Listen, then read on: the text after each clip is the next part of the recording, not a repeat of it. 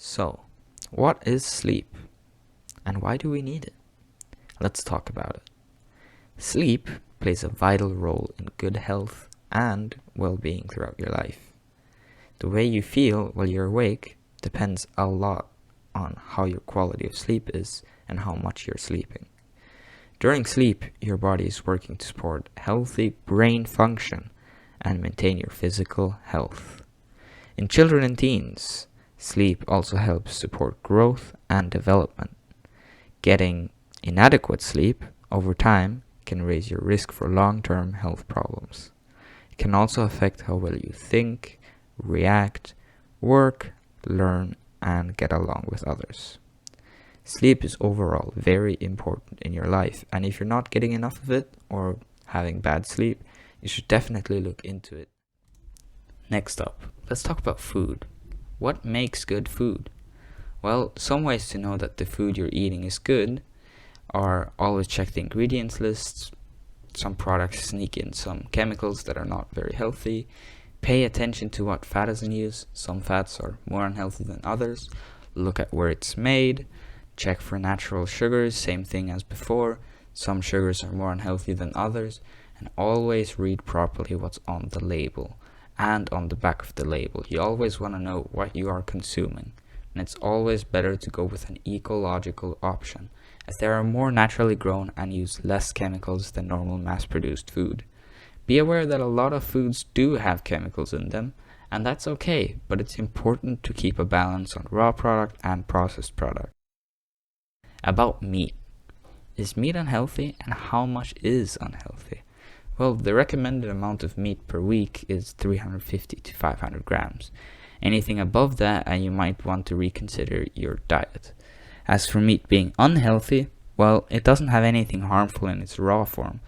Processed meat, on the other hand, can be quite unhealthy, and it's recommended that you try to stay away from it as much as possible. If you are eating a lot of meat, you should make sure that you also eat things with vitamin C in them, as meat has none, and you need vitamin C. If you're a vegetarian, you should make sure you get enough iron and other minerals that are common in meat. As we're still talking about food, let's go on to something interesting. Transgenic food. And you might be thinking right now, what even is transgenic food? Well, good question. Transgenic foods are genetically modified foods, mostly modified to make it easier to produce or last longer. Why are they bad? Well, if you're modifying some plants, it can catch on to other plants. That can cause quite big issues in our ecosystem. And this has happened before. Most of the transgenic foods do actually have quite some issues, and it's usually a very different effect on everyone, but to sum it up, they aren't the best to eat, and always try to go for something a bit more ecological and pure. Let's talk about daily physical activity, and why do we even need it? Well, daily physical activity helps out a ton on our health.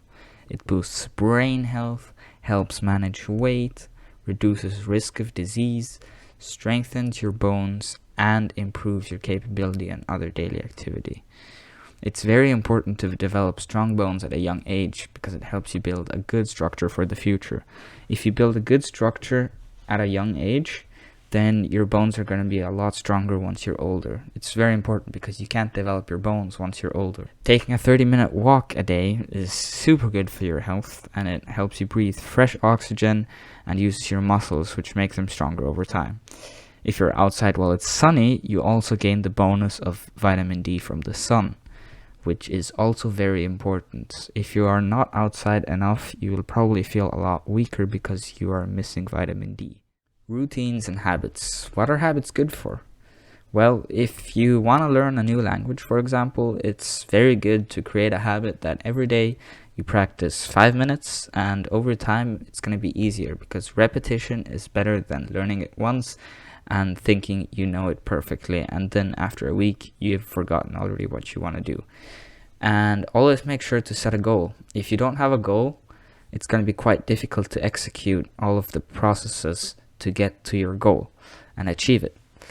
And make a list of everything you want to do. If you want to learn a new language, write everything down that you want to know in that new language. Start small and steady. You don't have to learn the whole alphabet right now. You can start by just the vowels, then turn over to the consonants, and so on and so forth. And you should probably look into it. Are you a morning, afternoon, or evening person? Because usually it helps the human a lot if you know when you're most productive. Let's say that in the evening, at night, you activate and you're like a cat in the night and you can see everything clearly and you're just very productive.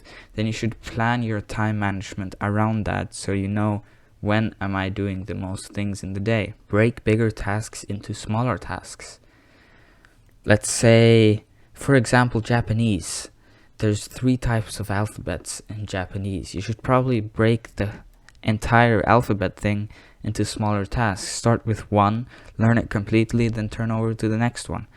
Because if you're gonna start learning them all at the same time, you're probably just gonna be confused. It's gonna be difficult, take a long time, you're gonna lose your motivation, and that's just not that great of an idea. Be consistent.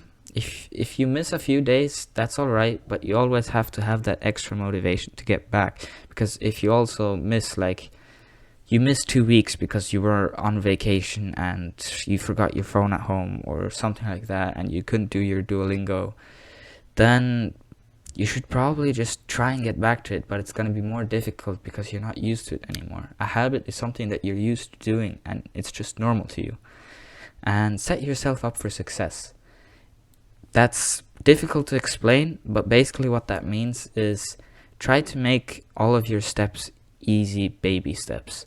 And in the bigger picture, those baby steps are gonna end up being one of those giant steps. And yeah, that's gonna help you set yourself up for success. Something that can help some people, not everyone, but some people it can help, is keep a daily journal of what you do and when you do it. So, for example, you know how to improve, or you know what to change, and so on and so forth. Something that you should definitely take a look at in your habits and stuff like that, and your time management, is that you should be flexible and accepting. If one day you miss it, you should accept that, be flexible, and think of another day that you could maybe do a little bit more, or you could just do it normally. But be flexible, accepting, and supportive to yourself so that you don't lose motivation over habits. It's very easy to just be like, that's so difficult, I don't want to do that, and okay, yeah, it's just 3 days that I'm skipping, it's alright. Those 3 days are gonna pay back a lot in the bigger picture. So yeah, make sure you're good on habits, routines, and time management.